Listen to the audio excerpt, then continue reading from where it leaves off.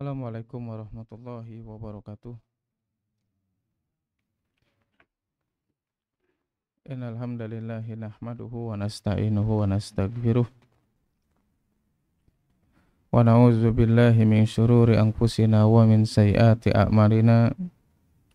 May yahdihillahu fala mudilla lahu wa may yudlil fala hadiyalah. Asyhadu an la ilaha illallah wahdahu la syarika lahu wa asyhadu anna Muhammadan abduhu wa rasuluhu alladzi la nabiyya ba'da. Qala Allah Ta'ala fi kitabihil karim ya ayyuhalladzina amanu taqullaha haqqa tuqatih wa la tamutunna illa wa antum muslimun. Ya ayyuhan nasu taqu rabbakumul ladzi khalaqakum min nafsin wahidah wa khalaqa minha zawjaha wa batha minhuma rijalan katsiran wa nisaa'a wattaqullaha alladzi tasaaluna bihi wal arham innallaha kana 'alaikum raqiba. Ya ayyuhalladzina amanu taqullaha wa qulu qawlan sadida yuslih lakum a'malakum wa yaghfir lakum dzunubakum wa may yuti'illaha wa rasulahu faqad faza fawzan 'azima. Amma ba'du. Alhamdulillah, segala puji hanya milik Allah Subhanahu wa taala. Kita memohon berlindung serta bertobat kepadanya, dan kita bersaksi bahwasanya tidak ada Tuhan yang berhak disembah kecuali Allah Subhanahu wa taala. Salawat dan salam tidak lupa senantiasa kita curahkan kepada Nabi kita Nabi Muhammad sallallahu alaihi wasallam beserta keluarganya, sahabatnya, tabi'in, tabi'ut tabi'in, dan kepada para pengikutnya yang senantiasa istiqomah berpegang teguh di atas sunnahnya Nabi Muhammad sallallahu alaihi wasallam hingga akhir zaman. Alhamdulillah, pada kesempatan ini kita akan melanjutkan kembali pembahasan bab yang ketujuh, fil yakin wa tawakkul. Itu adalah hal yang berkaitan dengan yakin dan bertawakal kepada Allah Subhanahu wa taala. Di pertemuan yang lalu sudah kita jelaskan di antara dalil-dalil yang dijelaskan dalam Al-Qur'an ataupun dalam hadis-hadis Nabi sallallahu alaihi wasallam tentang kedudukan tawakal atau tentang kedudukan orang yang bertawakal kepada Allah Subhanahu wa taala. Bahkan di antara ayat yang kita baca di pertemuan sebelumnya yaitu adalah firman Allah Subhanahu wa taala dalam surat Al-Ahzab ayat 22, bahwasanya Allah Subhanahu wa taala berfirman, "Walamma ra'al mu'minuna al-ahzaba qalu hadza ma wa'adana Allahu wa rasuluhu wa sadaqallahu wa rasuluhu wa ma zadahum illa imanan wa taslima." Dalam ayat tersebut Allah Subhanahu wa taala, atau di antara hal yang berkaitan dengan ayat tersebut, itu adalah ketika peristiwa perang Ahzab, yang mana kaum muslimin dan para sahabat Nabi sallallahu alaihi wasallam mereka betul-betul bertawakal kepada Allah Subhanahu wa taala meskipun yang dihadapi adalah musuh kaum muslimin yang memiliki jumlah yang sangat banyak. Tetapi ya, jumlah dari orang-orang musyrikin atau dari orang-orang yang akan memerangi kaum muslimin itu tidak menjadikan orang-orang yang beriman takut. Justru mereka semakin beriman kepada Allah Subhanahu wa taala. Kenapa? Karena didasari dengan ketawakalan kepada Allah Subhanahu wa taala. Bahkan juga kemarin kita menjelaskan di antaranya firman Allah Subhanahu wa taala, yaitu adalah dalam surat Al-Imran ayat 173 ayat 174, bahwasanya Allah Subhanahu wa taala berfirman, "Alladzina qala lahumun nas innan nasa qad jama'u lakum fahsyauhum fazaduhum imanan wa qalu hasbunallahu wa ni'mal wakil." Itu adalah ketika orang-orang musyrikin mereka berkumpul bersatu untuk memerangi kaum muslimin, untuk membunuh Nabi sallallahu alaihi wasallam. Ketika dikabarkan kepada mereka, khususnya kepada Nabi sallallahu alaihi wasallam, justru apa? Fazaduhum imana. Karena mereka bertawakal dan yakin kepada Allah Subhanahu wa taala, justru menambah keimanan. Bahkan mereka mengatakan hasbunallahu wa ni'mal wakil. Cukuplah Allah Subhanahu wa taala sebagai tempat sandaran, yang akan melindungi orang-orang yang bertakwa kepada Allah Subhanahu wa taala. Dan di antara ayat yang lainnya dalam kitab Riyadhus Shalihin, yaitu adalah firman Allah Subhanahu wa taala, bahwasanya Allah Subhanahu wa taala berfirman dalam surat Al-Furqan ayat 58, wa tawakkal 'alal hayyil ladzi la yamut, bahwasanya kalian bertawakallah kepada Allah Subhanahu wa taala, yaitu adalah sesuatu yang dia akan senantiasa hidup dan tidak akan merasakan kematian. Wa qala ta'ala wa 'alallahi falyatawakkalul mu'minun, dan kalian bertawakallah kepada Allah Subhanahu wa taala. Kenapa? Di sini dikatakan falyatawakkalul mu'minun. Apabila kalian bertawakal kepada Allah Subhanahu wa taala, jikalau engkau beriman, artinya orang yang memiliki keimanan kepada Allah atau ciri-ciri orang yang beriman kepada Allah Subhanahu wa taala itu adalah orang-orang yang senantiasa menyandarkan segala urusannya kepada Allah Subhanahu wa taala, alias bertawakal kepada Allah Subhanahu wa taala. Ayat selanjutnya dalam surat At-Talaq, bahwasanya Allah Subhanahu wa taala berfirman dalam surat At-Talaq ayat ketiga, wa may yatawakkal 'alallahi fahuwa hasbuh. Dan barang siapa yang dia bertawakal kepada Allah Subhanahu wa taala, fahuwa hasbuh, maka dia akan diberikan kecukupan.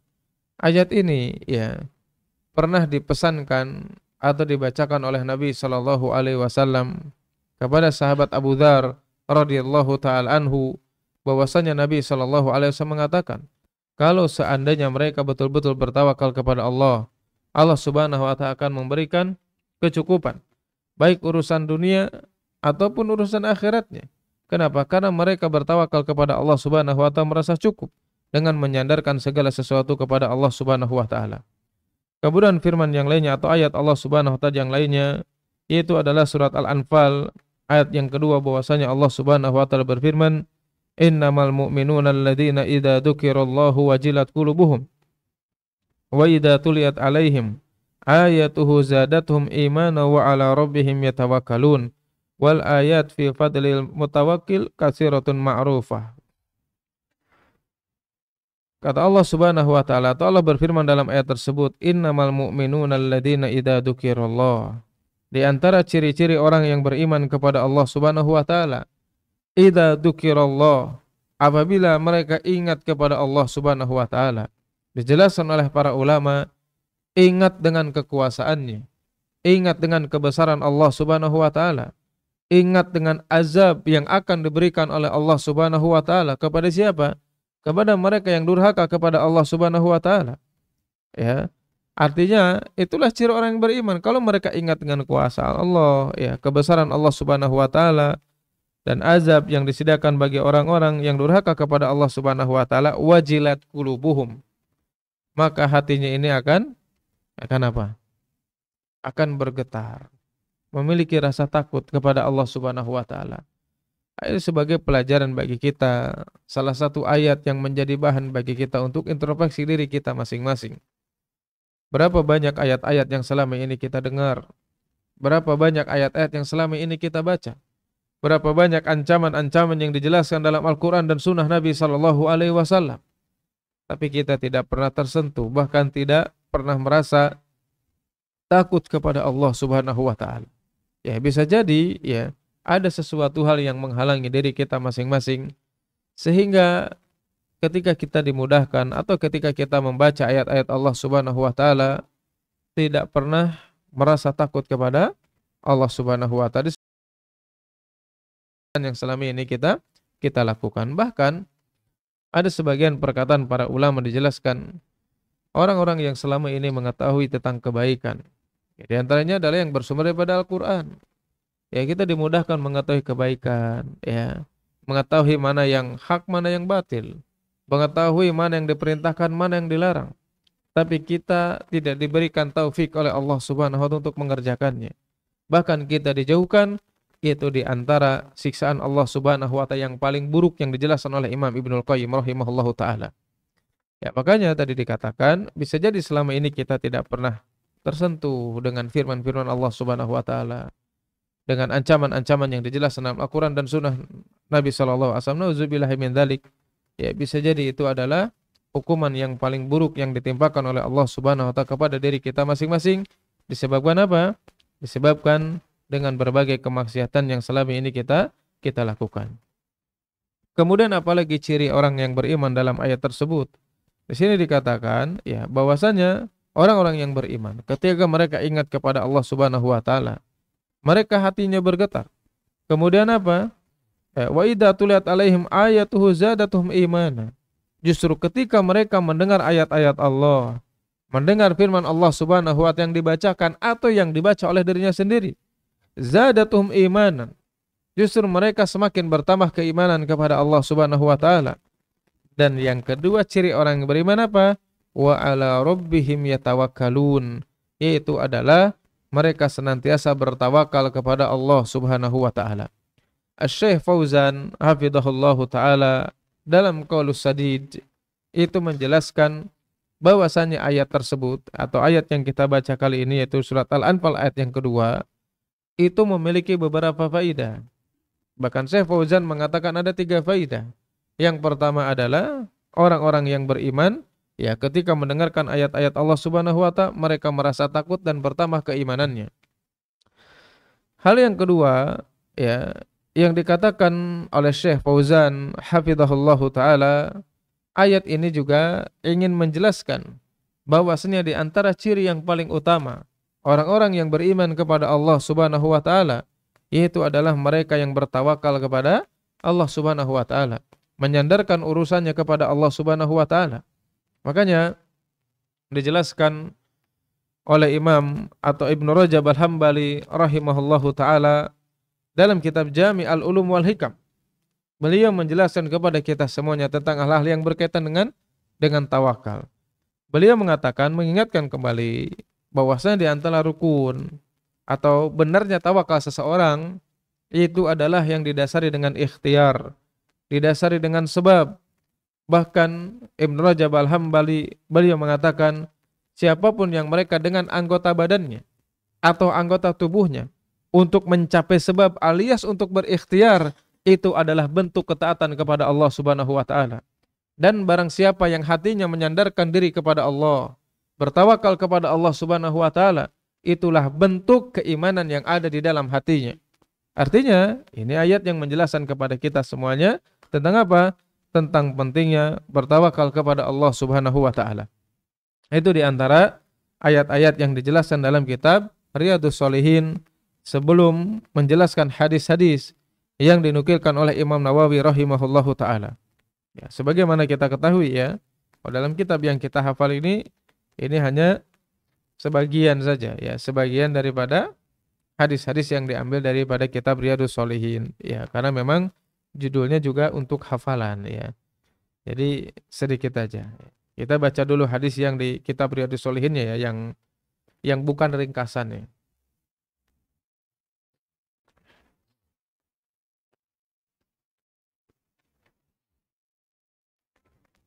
Wal awwalu an Ibnu Abbas radhiyallahu anhuma qala Rasulullah sallallahu alaihi wasallam uridtu alayyal umamu fara'aitu nabi wa ma'ahu ar-ruhaitu wan nabi wa ma'ahu rajulun wa rajulan wan nabi wa laysa ma'ahu ahadun idza rufi'a li sawadun adim fadanantu annahum ummati faqila li hadha Musa wa qaumuhu walakin undur ilal ufuq fanadartu fa idza sawadun adim faqila li undur ilal ufuq al-akhar fa idza sawadun adim faqila li hadhihi ummatuka wa ma hum sab'una alfan yadkhuluna al-jannati bighairi hisabin wala adzab thumma nahada fadakhala manzilahu fa khada an-nasu fi ulaika alladhina yadkhuluna al-jannata bighairi hisabin wala adzabin faqala ba'duhum fala'allahumul ladzina sahibu Rasulullah sallallahu alaihi wasallam wa qala ba'duhum fala'allahum alladzina wulidu fil Islam falam yusriku billahi syai'an wa dzakaru asya' fa kharaja alaihim Rasulullah sallallahu alaihi wasallam man ladzi takhuduna fih fa akhbarahu faqala humul ladzina la yarkuna wa la yastarkuna wa la yatatayyarun wa ala rabbihim yatawakkalun faqama Ukashah bin Mihsan faqala ud'allah an yaj'alani minhum faqala anta minhum, tsumma qama rajulun akhar faqala ud'ullah an yaj'alani minhum, faqala sabaqaka biha Ukasyah, muttafaqun alaih.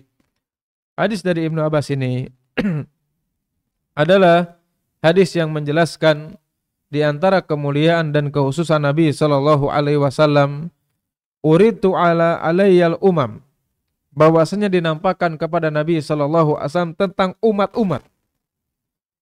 Faraitu Nabi wa ma'hu rohid atau ruhaitu, ya, dan bahwasanya ketika dinampakkan umat tersebut, dinampakkan kepada Nabi sallallahu alaihi wasallam, ya, maka aku melihat ada seorang nabi yang itu pengikutnya itu hanya sekelompok kecil saja. Ruhaitu itu adalah hitungan kurang dari 10, ya, kurang daripada 10, makanya disebutkan ruhait. Itu adalah ada seorang nabi atau dua orang nabi atau di antara para nabi yang diutus oleh Allah Subhanahu wa taala, ketika dinampakkan, diperlihatkan kepadaku, itu hanya memiliki umat kurang daripada 10 atau pengikutnya. Wa nabi wa ma'hu rajulu wa rajulan wa nabi wa laysa ma'hu ahadun. Bahkan ada seorang nabi yang tidak memiliki pengikut. Idza rufi'a li sawadun adzim, kemudian dinampakkan kepadaku, ya, kaum atau pengikut seorang nabi yang mana kaum tersebut dalam jumlah yang sangat banyak. Fadonantu annahum ummati, dan aku menyangka atau aku mengira bahwasanya umat yang banyak ini, kaum yang banyak ini adalah umatku.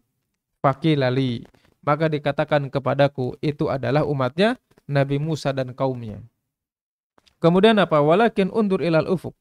Kemudian Nabi SAW diperintahkan untuk melihat ke ufuk atau ke salah satu arah.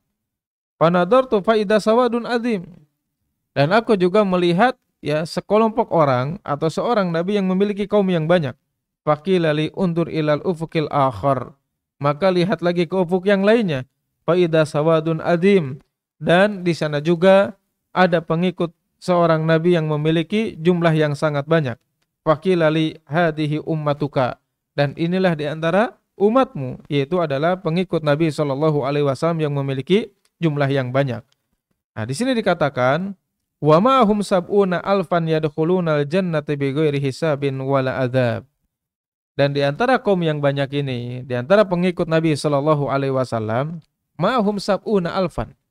Di sana ada 70.000 orang. Apa 70.000 orang tersebut? Alladzina atau yadkhulunal jannata bighairi hisabin wala adzab.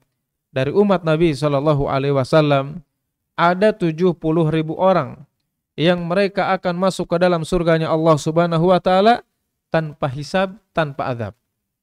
Ya, kalau azab sudah kita ketahui. Ya, dan perkara hisab ini bukan perkara yang mudah.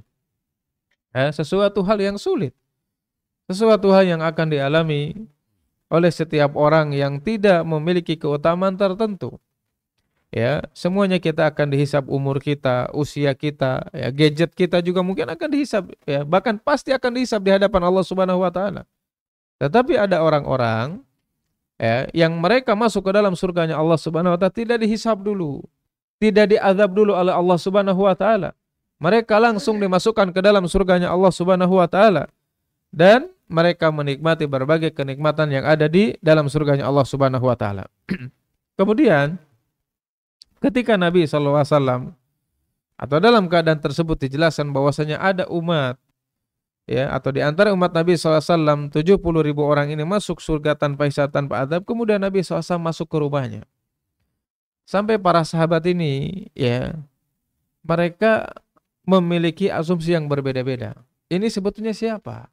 Ya, 70.000 orang ini yang masuk surga tanpa hisab, tanpa adab itu siapa? Nah, di sini para ulama atau para sahabat Nabi sallallahu alaihi wasallam memiliki penafsiran yang berbeda-beda. Di antara mereka mengatakan wa qala ba'dhum fala'allahumul ladzina wulidu fil Islam. Kayaknya nih orang yang masuk surga tanpa hisab, tanpa azab, itu adalah orang-orang yang terlahir dalam keadaan Islam, sedangkan kami dalam keadaan jahil. Ini di antara penafsiran para sahabat. Di antara mereka juga ada yang mengatakan bahwasanya orang yang masuk surganya Allah Subhanahu wa taala tanpa hisab, tanpa azab, falam yusyriku billahi syai'an, Yaitu adalah orang-orang yang tidak melakukan kesyirikan kepada Allah Subhanahu wa taala. Wa dzakaru asya, dan berbagai penafsiran yang dijelaskan oleh para sahabat. Fa kharaja alaihim Rasulullah sallallahu alaihi wasallam. Karena di antara para sahabat memiliki penafsiran yang berbeda-beda, maka Nabi sallallahu alaihi wasallam keluar menemui para sahabat Nabi sallallahu alaihi wasallam faqala, "Mal ladzi takhudu fi?" Ya, sebetulnya apa yang menjadikan kalian ini berdebat atau satu sama lain memiliki pemahaman yang berbeda-beda. Kemudian kata Nabi SAW mengatakan dalam hadis tersebut, fa akhbaruhu faqala. Kemudian Nabi SAW mengabarkan siapa 70.000 tersebut dari kalangan umat Nabi SAW yang akan masuk surga tanpa hisab tanpa adab, humul ladzina la yarkuna wa la yastarkuna wa la yatatayyarun wa ala rabbihim yatawakkalun. 70.000 orang tersebut yang masuk ke dalam surganya Allah Subhanahu wa taala tanpa hisab tanpa adab. Yang pertama adalah la yarkun. La yarkun itu apa? Tidak meminta diruqyah. Ya, tidak meminta diruqyah. Ya, meskipun diruqyah sesuatu hal yang dibolehkan. Ya, sebagian ulama yang berpendapat kalau kita meminta ruqyah adalah sesuatu hal yang makruh. Artinya karena ini kita berbicara tentang bab tentang tawakal. Artinya hadis-hadis ini, ayat-ayat ini yang kita jelaskan, kenapa yang masuk surga itu salah satunya tanpa hisab tanpa adab itu tidak meminta diruqyah? Karena apa? Ini akan mengurangi ketawakalan seseorang kepada Allah Subhanahu wa taala. Ya, dijelaskan Syekh Fauzan dan ulama-ulama yang lainnya. Itu tidak sedikit. Ketika orang meminta diruqyah, itu terkadang hatinya itu bergantung sama siapa? Sama peruqyahnya. Ya, padahal ruqyah tersebut, kesembuhan tersebut datang dari siapa? Dari Allah Subhanahu wa taala. Ya, makanya itu diantara pendapat Syekh Fauzan dan ulama-ulama yang lainnya. Meskipun memang ada sebagian ulama yang berpendapat maksudnya di sini tidak meminta ruqyah ini adalah tidak meminta ruqyah yang mengandung kesyirikan kepada Allah Subhanahu wa taala. Ini sebagian pendapat para ulama. Sebagian lagi mengatakan maksudnya tidak meminta ruqyah syariah. Tapi di antara pendapat yang dinilai kuat yang dijelaskan oleh Syekh Fauzan hafizahullahu taala, itu adalah jelas tidak boleh meminta ruqyah syariah. Ya, supaya apa? Justru dianjurkan supaya kita menggantungkan urusan kepada Allah Subhanahu wa taala dan kita bisa apa? Bisa meruqyah diri sendiri supaya tidak bergantung kepada yang lainnya. Meskipun memang para ulama mengatakan sebagiannya adalah makruh ketika kita meminta diruqyah oleh orang lain. Ya. Kemudian apa?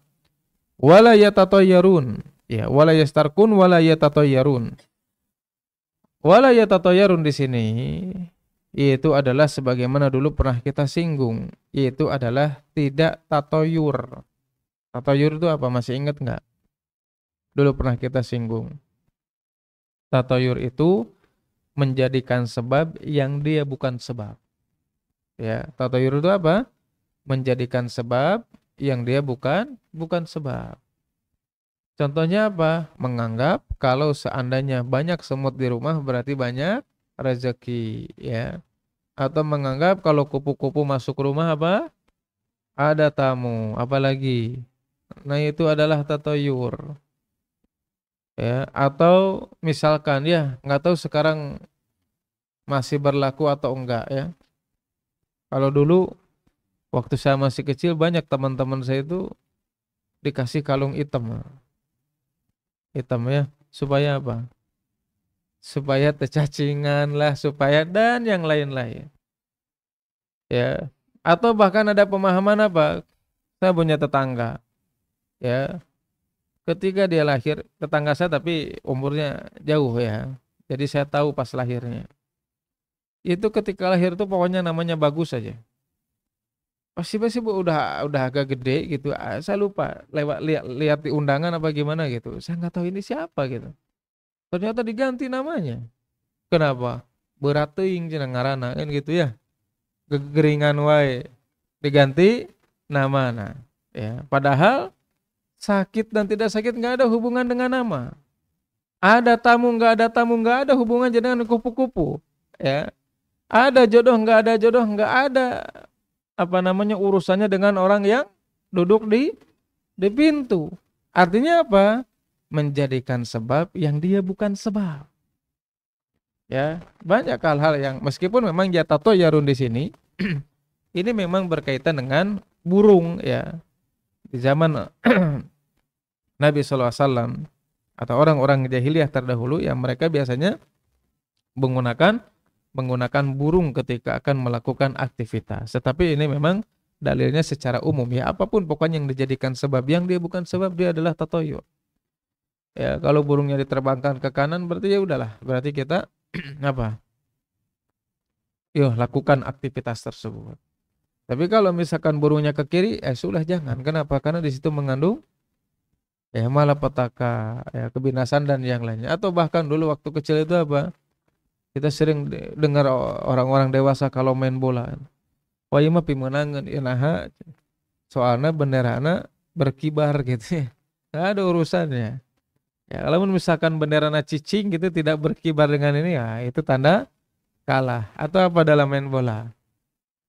Bolana kena tiang. Enggak, oh ini kalau tiang ini udah tanda-tanda nih, itu tatayur. Ya, yang itu sering terjadi di kehidupan kita masing-masing. Kenapa tidak boleh? Jelas ini mengandung kesyirikan kepada Allah Subhanahu wa taala. Syirik itu. Ya, yang bisa menjadikan seseorang dimasukkan ke dalam nerakanya Allah Subhanahu wa taala. Kenapa dilarang? Karena ketika mereka bertatayur dengan sebab tersebut, secara otomatis mereka tidak bertawakal kepada Allah. Ya, enggak ada jodoh, ada tamu atau tidak itu urusan Allah Subhanahu wa taala. Ya, bukan dengan sesuatu hal yang tidak bisa kita atau dengan cara menjadikan sebab yang dia bukan sebab sesungguhnya. Kemudian apa lagi? Nah, ini yang paling utama. Wa ala rabbihim yatawakkalun.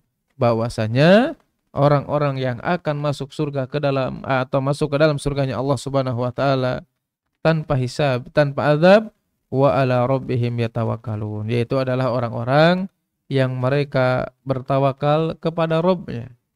Bertawakal kepada Allah Subhanahu wa taala. Mereka betul-betul mengimani tauhid ar-rububiyah. Mereka meyakini bahwasanya Allah lah yang mengatur alam semesta. Allah lah yang menciptakan. Allah lah yang akan memberikan rezeki kepada diri kita masing-masing. Nah, baru ini apa?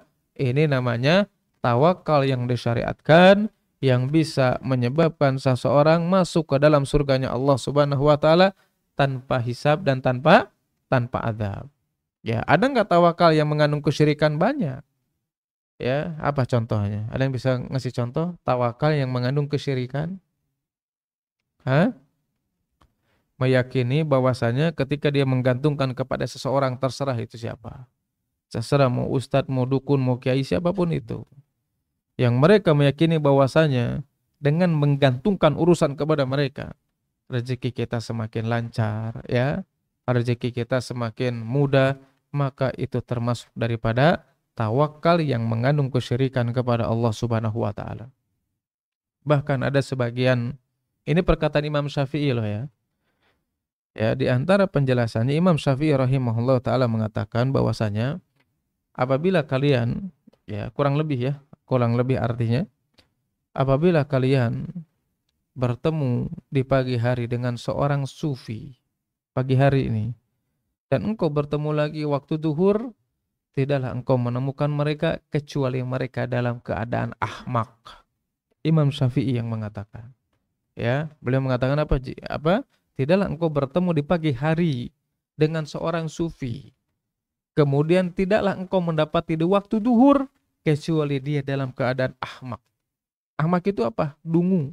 Ini Imam Syafi'i yang mengatakannya.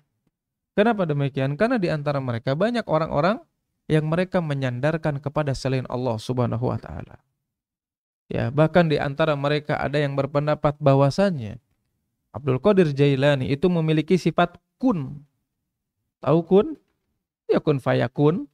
Ya, jadi kalau misalkan ngomong A, jadi langsung jadi.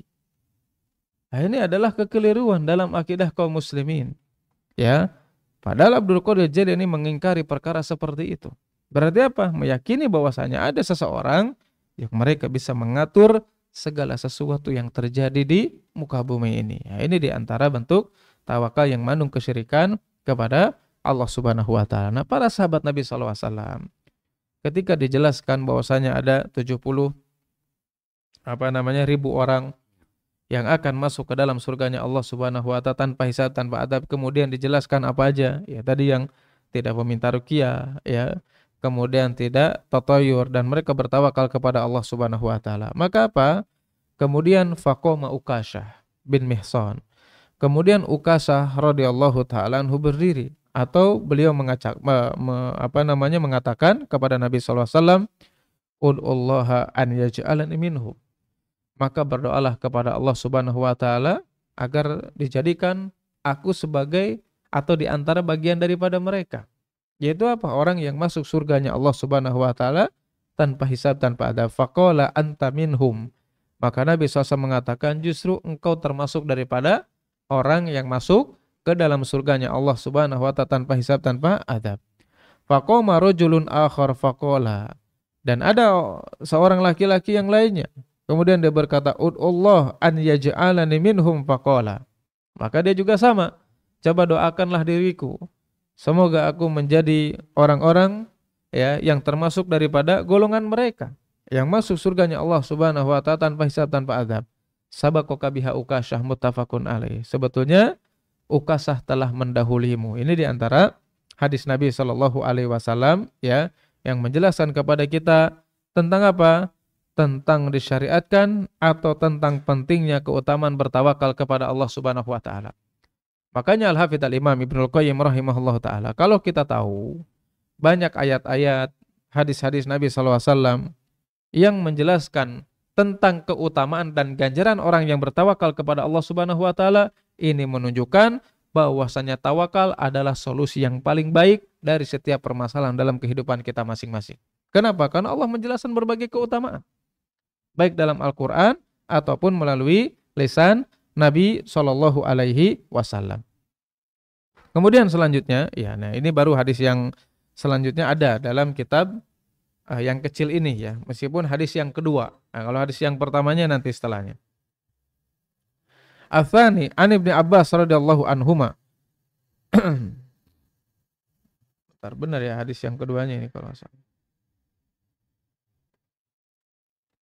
Ini kadang-kadang tidak sesuai dengan ini. Atsani an Ibnu Abbas radhiyallahu anhuma aidan anna Rasulullah sallallahu alaihi wasallam kana yaqul, bahwasanya dari Ibnu Abbas radhiyallahu anhuma aidan, ya dari Ibnu Abbas radhiyallahu anhuma juga, anna Rasulullah SAW bersabda, Allahumma laka aslamtu wa bika amantu wa alaika tawakkaltu wa ilaika anabtu wa bika khasamtu. Allahumma a'udzu bi izzatika la ilaha illa anta antudillani antal hayyul ladzi la tamut wal jinnu wal insu yamutun. Muttafaqun alaihi. Hadis ini menjelaskan atau di antara yang diajarkan oleh Nabi sallallahu alaihi wasallam salah satu doa ya yang dianjurkan untuk kita baca kapan? Ketika kita hendak tidur. Ya, biasanya kita kalau tidur ngapain dulu? Buka HP dulu biasanya ya. Lupa untuk berdoa kepada Allah Subhanahu wa taala. Meskipun ini dari hadis dari Ibnu Abbas, kalau dalam kitab ini adalah riwayat yang lain dari siapa? Dari Barra bin Azib radhiyallahu anhu. Qala Rasulullah sallallahu alaihi wasallam, ya fulan, idza awaita ila firashika faqul Allahumma aslamtu nafsi ilaika wa wajjahtu wajhi ilaika wa fawwadtu amri ilaika walja'tu dhahri ilaika ragbatan wa rahbatan ilaika la malja'an wa la manja minka illa ilaika amantu bi kitabika alladhi anzalta wa nabiyyika alladhi arsalta fa innaka in matta min lailatik mita alal fitrah wa in asbahta khairan, rawahul Bukhari dan Muslim. Adapun riwayat yang lainnya yang ditulis dalam kitab yang kita punya ini, itu adalah ada sedikit penjelasan bahwasanya dari Barra bin Azib radhiyallahu anhu dia berkata, Rasulullah SAW bersabda, wahai fulan, jika kamu beranjak ke tempat tidur, maka hendaklah kamu membaca doa tersebut ya. Kalau punya nanti dihafalkan sendiri. Ya, kenapa? Karena dalam riwayat lain juga dijelaskan lagi di sini, ya, di antara sunnah Nabi SAW di sini dijelaskan, orang yang membaca doa tersebut, sungguh jika kamu meninggal pada malam itu setelah membaca doa tersebut, maka kamu akan meninggal di atas fitrah. Dan jika kamu bangun di pagi hari, maka kamu telah mendapatkan kebaikan. Artinya, kapan seseorang atau kenapa doa ini dibahas dalam bab atau dalam kitab Riyadhus Shalihin, ya, dimasukkan ke dalam bab tawakal, karena di sini di dalamnya mengandung doa apa? Wa fawwatu amri ilaika. Bahwasanya aku menyerahkan segala urusan kepadamu. Artinya apa? Ternyata tawakal ini ketika seseorang menyandarkan urusannya kepada Allah meskipun dia sebelum tidur, dan dia membaca doa tersebut dan dia menyerahkan segala urusannya kepada Allah Subhanahu wa taala. Itu di antara sebab ketika kalau seandainya seseorang wafat diambil nyawanya oleh Allah Subhanahu wa taala dalam keadaan meninggal, maka dia dalam keadaan fitrah alias di atas apa? Ketaatan kepada Allah Subhanahu wa taala. Kalaupun seandainya ketika dia membaca doa tersebut Allah Subhanahu wa taala belum memanggilnya, Allah Subhanahu wa taala belum mewafatkannya, maka dia ketika bangun di pagi hari itu dalam keadaan kebaikan. Meskipun dalam riwayat lain dikatakan apa? Selain berdoa ini, ya selain membaca doa tersebut ketika sebelum tidur, maka di antara adab atau yang diajarkan Nabi Shallallahu Alaihi Wasallam yaitu adalah berwudu sebagaimana wudu untuk sholat. Ya, itu disunahkan. Ya, jangan sampai kita selama ini sebelum tidur lupa. Ya, kalau giliran pakai pencuci dan penyegar mah ingat terus ya. Pakai pencuci dulu, pakai penyegar dulu. Ya, padahal yang penting-penting apa? Wudu. Ya, karena banyak keutamaan. Salah satunya apa? Salah satunya didoakan oleh malaikat.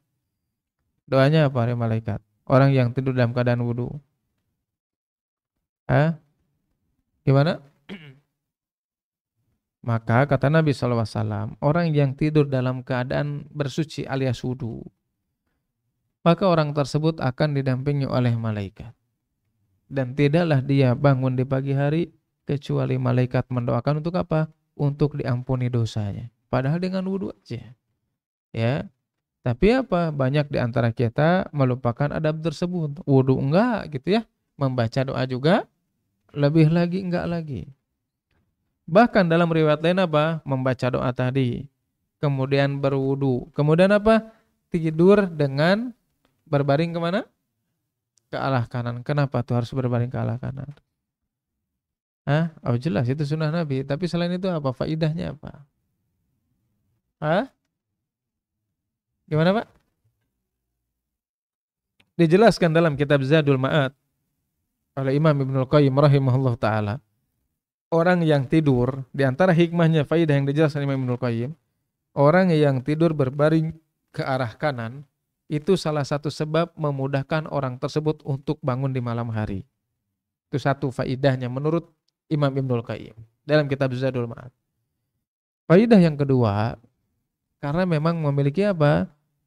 Memiliki keutamaan atau memiliki dampak yang baik untuk apa? Untuk jantung kita masing-masing. Nah, kata Imam Ibnul Qayyim, bagaimana kalau seandainya ada orang yang tidurnya berbaring ke arah kiri? Dia juga sama memiliki kebaikan.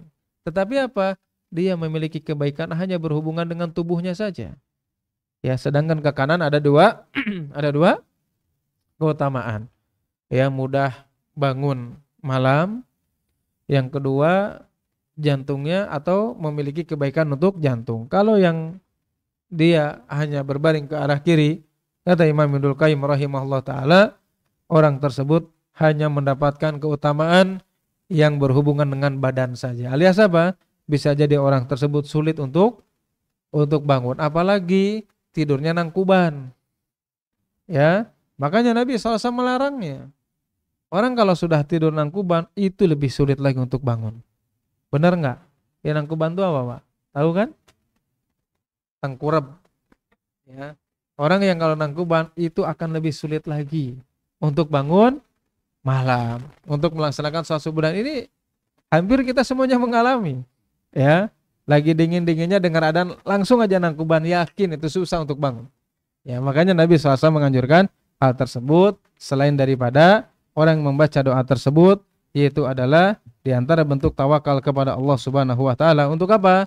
Untuk seseorang menjadi orang-orang yang kalau seandainya diwafatkan oleh Allah Subhanahu wa taala itu dibangun di atas ketaatan kepada Allah Subhanahu wa taala. Makanya saking pentingnya berwudu. Ini apa namanya? Sedikit faedah. Makanya saking pentingnya berwudu sebelum tidur. Aisyah itu pernah ditanya ya oleh para sahabat, itu Nabi ini kalau tidur tuh maaf ya, Nabi kalau tidur setelah melakukan hubungan suami istri, apakah apa yang dilakukan Nabi? Maka kata Aisyah radhiyallahu taala anha, Nabi itu melakukan dua-duanya. Kadang beliau mandi langsung tidur, atau beliau berwudu tidak langsung mandi. Saking apa? Saking inilah memiliki keutamaan orang yang tidur dalam keadaan berwudu. Ya, meskipun dalam keadaan junub boleh boleh boleh mandi kalau tidak langsung boleh wudu kalau tidak langsung mandi. Tetapi yang harus kita garis bawahi bagaimana kalau seandainya ada orang yang ketika hendak tidur ya, kemudian yang tidurnya itu perempuan dalam keadaan haid. Bagaimana kalau seandainya berwudu? Imam Ibnul Qayyim, begitu juga Imam Nawawi rahimahullahu taala ya, tentu membedakan antara kasus orang yang junub belum mandi kemudian berwudu dengan orang yang haid kemudian berwudu. Kata Imam Nawawi, ya begitu juga Imam Ibnul Qayyim menukilkan perkataan Ibnu Daqiqil Id, yang menukilkan pendapatnya Imam Syafi'i rahimahullah taala. Kalau ada orang yang haid kemudian tidur dalam keadaan berwudu, maka berwudunya tidak memiliki manfaat. Wallahu alam bishawab. Ya, selain daripada haid.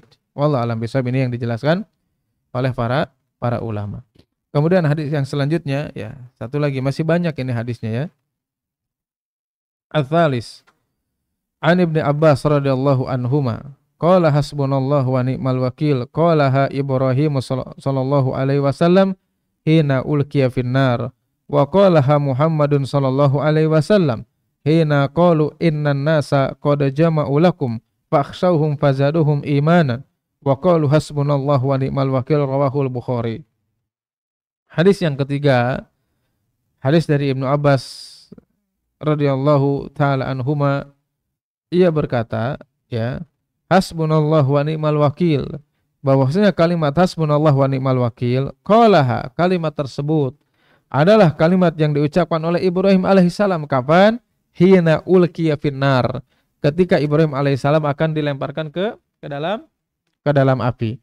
Wa qalaha Muhammadun sallallahu alaihi wasallam hina. Dan kalimat ini juga pernah diucapkan oleh Nabi sallallahu alaihi wasallam kapan?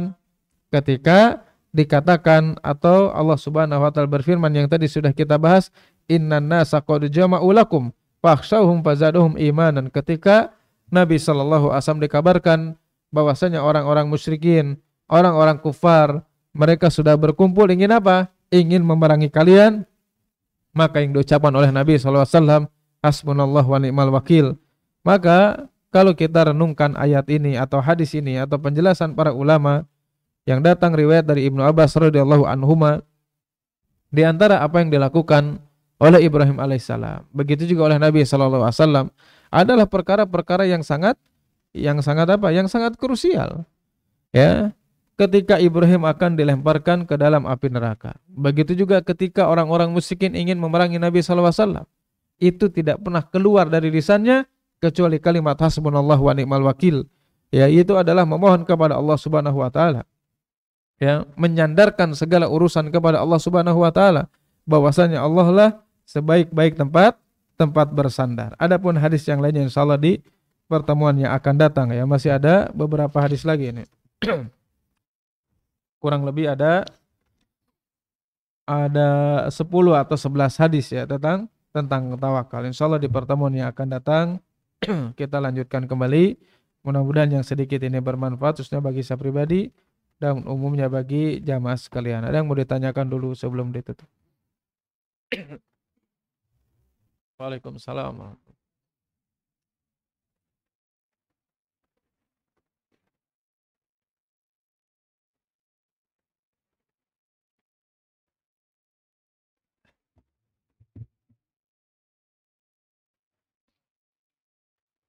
Pertama masalah indigo itu. Nah ini sering apa namanya? Dibulak-balikan di tempat kita ini. Kadang ada orang indigo itu kayaknya dibangga-banggain punya kelebihan. "Oh, ini mah indigo nih punya kelebihan." Padahal itu penyakit. Ya, penyakit yang dialami oleh seseorang. Indigo itu menyiksa itu. Ya, kita mau tidur ngelihat satu hal yang kita tidak ingat atau dalam berbagai macam aktivitas. Memang sebagian para ulama itu mengatakan, wallahu a'lam bishawab ya.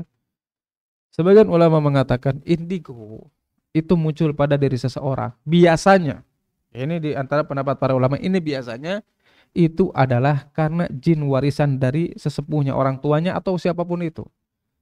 Ya, misalkan kakeknya ke, bapaknya ke, buyutnya itu pernah apa? Pernah bekerja sama atau memiliki janji tertentu, maka si jin itu akan turun kepada keturunannya. Itu adalah penyakit. Yang kedua, salah satu solusinya, nggak ada solusi kecuali apa?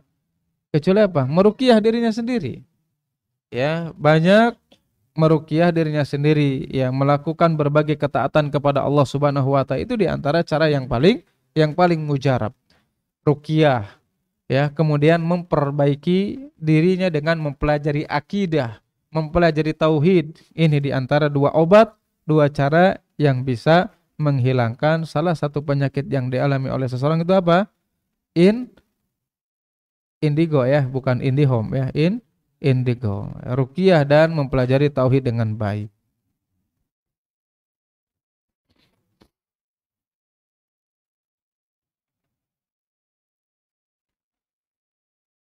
Bismillah, Pak Ustadz, bagaimana kita memahami kalau pilihan Allah adalah yang terbaik, yang terkadang tidak sesuai dengan apa yang kita inginkan. Gimana? Allah Subhanahu wa taala berfirman, ya, kalau nggak salah dalam surat Al-Baqarah ayat 216 kalau nggak salah ya.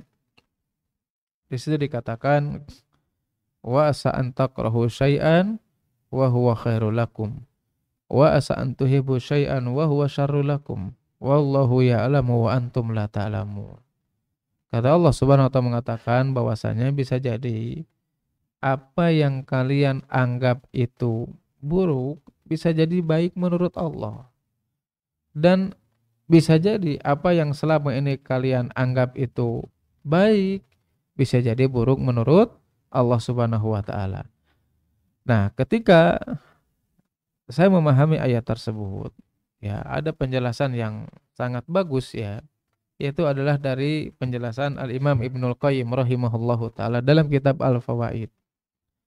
Beliau mengatakan kalau kita sadar nih, mengimani, meyakini ayat tersebut, ya, bisa jadi apa yang selama ini kita harapkan itu tidak sesuai dengan apa yang kita inginkan. Memang itulah kehidupan. Ya, yang namanya kehidupan itu kadang-kadang apa? Tidak sejalan dengan apa yang kita harapkan. Makanya ayat itu menjelaskan kepada kita, dan penjelasan Imam Ibnu Qayyim, kalau seandainya kita yakin dengan ayat tersebut, ketika kita mendapatkan kebaikan, ketika kita mendapatkan apa yang kita harapkan atau mungkin kebaikan yang di luar dari apa yang kita harapkan, kalau beriman dengan ayat tersebut, maka dia akan memiliki kekhawatiran dalam dirinya, bisa jadi itu adalah sesuatu hal yang bukan baik untuk dirinya.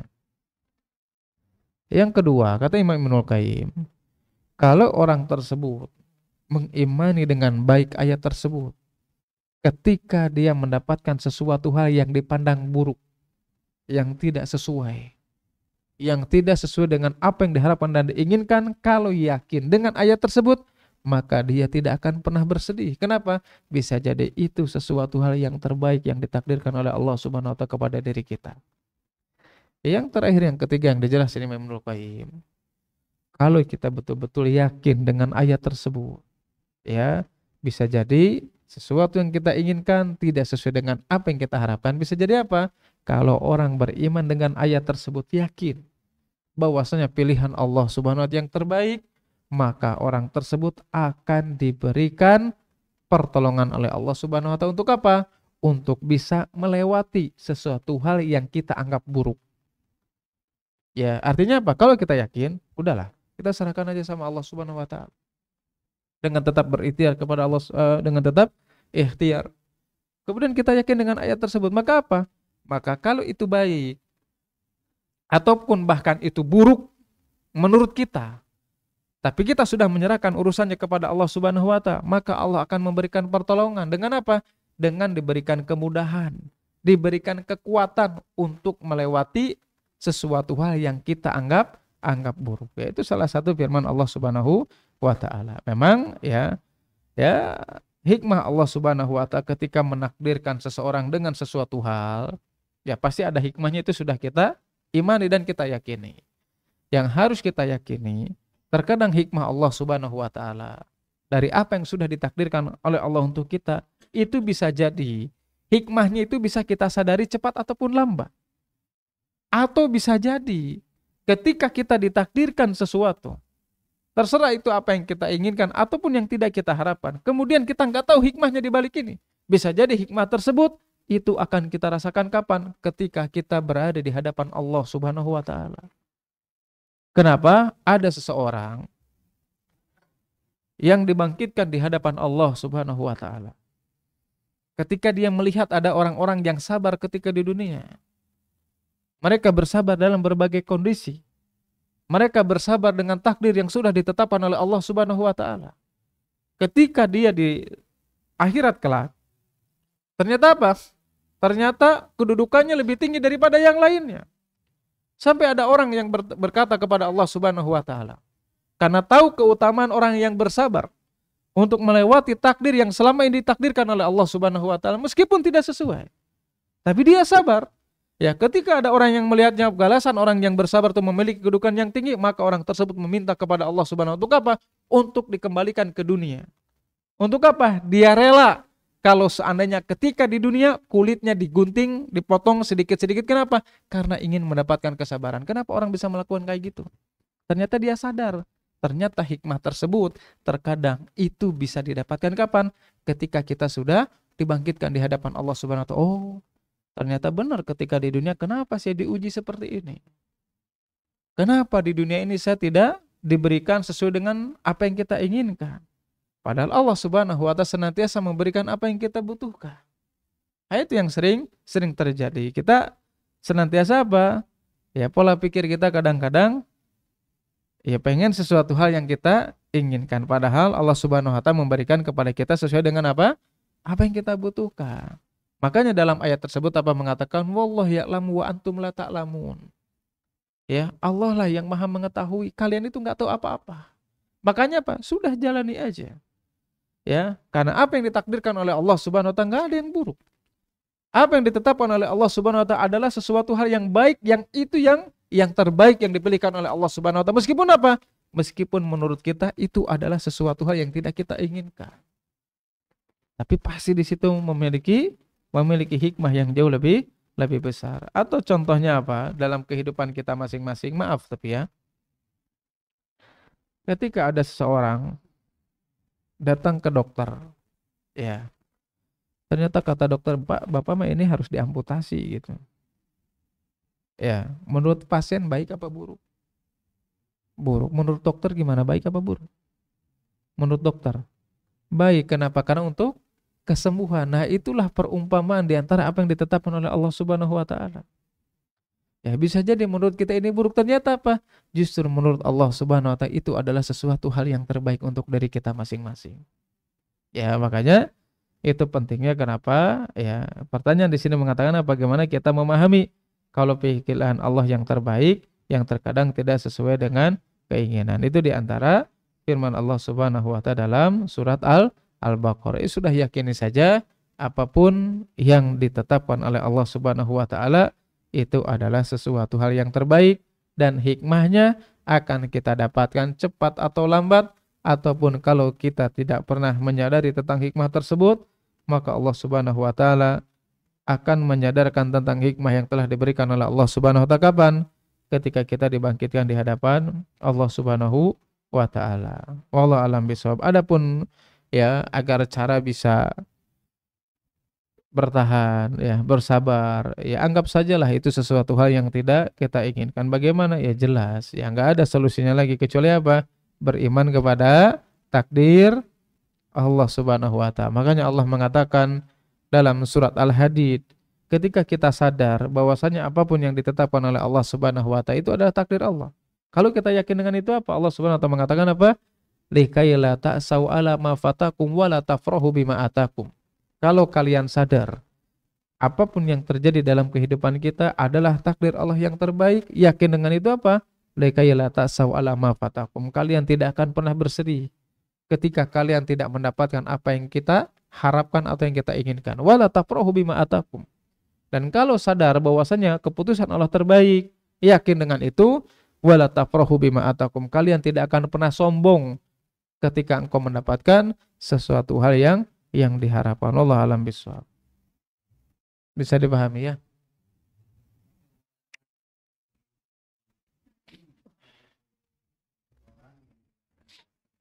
Hmm.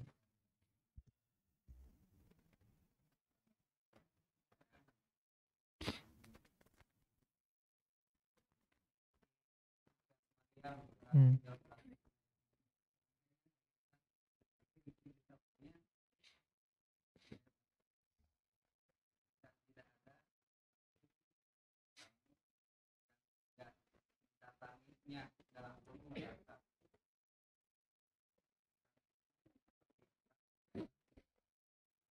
Ya, betul. Artinya ya ada orang-orang sebetulnya nggak bertolak belakang, ya, nggak bertolak belakang antara hadis tersebut dengan firman Allah Subhanahu Wa Taala. Betul bahwasanya setiap kita akan melewati nerakanya Allah Subhanahu Wa Taala. Bahkan apa? Abdullah bin Rohasa menjelaskan ayat ini kemarin di kajian Sirah Nabawiyah. Abdullah bin Rawaha, sahabat Nabi SAW, ini sahabat loh ya, mengikuti berbagai macam peperangan yang dilakukan bersama Nabi SAW. Ketika melakukan perang Mu'tah, beliau nangis. Ya, nangis apa? Nangis bukan karena takut perang, bukan karena takut mati, tapi ingat dengan ayat tersebut, bahwasanya siapapun di antara kita, mereka akan melewati nerakanya Allah Subhanahu wa taala. Tetapi meskipun ya dalam ayat tersebut Allah mengatakan demikian, ternyata apa? Ada orang yang masuk ke dalam surganya Allah Subhanahu wa taala tanpa hisab, tanpa adab. Enggak ada pertentangan dalam ayat ini. Ya, artinya apa? Ini hanya kekhususan saja. Kekhususan siapa? Kekhususan di antara kaum muslimin yang mereka tidak melakukan kesyirikan kepada Allah. Ya. Kalau seandainya mereka tidak melakukan hal-hal tersebut, artinya ya tidak memiliki keutamaan yang lain yang dijelaskan Nabi SAW dalam hadis yang kita bahas, ya bisa jadi mereka akan masuk ke dalam surganya Allah Subhanahu Wa Taala dengan didahului harus melewati nerakanya Allah Subhanahu Wa Taala. Artinya kan di sini cuma 70.000, nggak semuanya. Ya hanya orang-orang tertentu saja, hanya orang-orang pilihan saja yang mereka bisa masuk ke dalam surganya secara langsung. Allah alam bisawab. Ya, nggak ada tolak belakang dalam hadis dan ayat tersebut. Bisa dipahami, Baji? Itu kurang lebihnya ya. Gimana, Pak? Baji?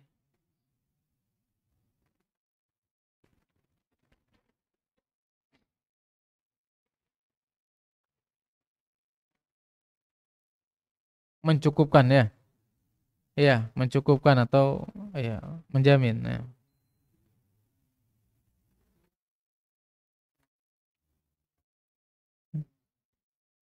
Yang keluar dapat anggur gitu.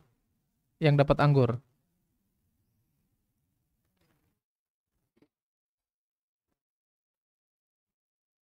Hmm.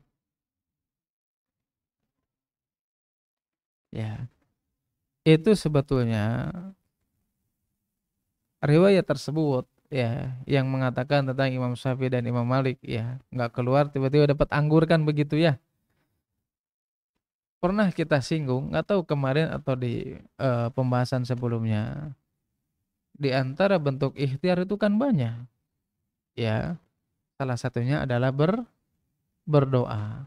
Bisa jadi apa yang dilakukan oleh Imam Malik rahimahullah ta'ala, salah satunya adalah di antara bentuk ikhtiarnya ya. Meskipun mungkin banyak ikhtiar-ikhtiar yang dilakukan oleh Imam Malik, salah satunya bahkan ikhtiar itu bukan hanya sekedar berkaitan dengan dunia saja. Ketika kita bertakwa kepada Allah, ya, ketika kita melakukan ketaatan kepada Allah, apakah itu bukan bentuk ikhtiar? Sedangkan Allah Subhanahu wa taala mengatakan apa? Wa may yattaqillaha yaj'al lahu makhraja. Ya, barang siapa yang dia bertakwa kepada Allah Subhanahu wa taala akan diberikan jalan keluar. Wa yarzuqhu min haitsu la yahtasib. Bahkan Allah akan memberikan rezeki dari jalan yang tidak disangka-sangka. Bisa jadi yang dijelaskan oleh para ulama, apa yang dilakukan Imam Malik rahimahullah taala bisa jadi beliau ikhtiar dengan ibadah dan ketakwaan yang dia miliki. Yang kedua, bisa jadi ya, apa yang dilakukan Imam Malik rahimahullah taala di antara bentuk ikhtiarnya adalah berdoa sebagaimana yang dilakukan oleh Ibrahim alaihissalam yang kemarin kita singgung. Ya, Ibrahim alaihissalam itu tidak bisa melakukan ikhtiar yang lainnya. Ketika beliau akan dilemparkan ke dalam api, nggak ada ikhtiar yang lainnya, nggak bisa kabur, nggak ngelawan dan yang lain. Cuman apa? Hasbunallah wa ni'mal wakil. Berdoa kepada Allah Subhanahu wa taala sehingga apa? Allah Subhanahu wa taala mendinginkan air tersebut. Artinya ya, bentuk ikhtiar itu banyak. Salah satunya adalah berdoa kepada Allah Subhanahu wa taala. Wallahu a'lam bishawab. Jelas Pak Ji? Wallahu a'lam bishawab. Ini yang bisa disampaikan hari ini, kurang lebihnya mohon maaf. Mudah-mudahan bermanfaat. Subhanakallahumma wa bihamdika asyhadu an la ilaha illa anta astaghfiruka wa atubu ilaik. Wassalamualaikum warahmatullahi wabarakatuh.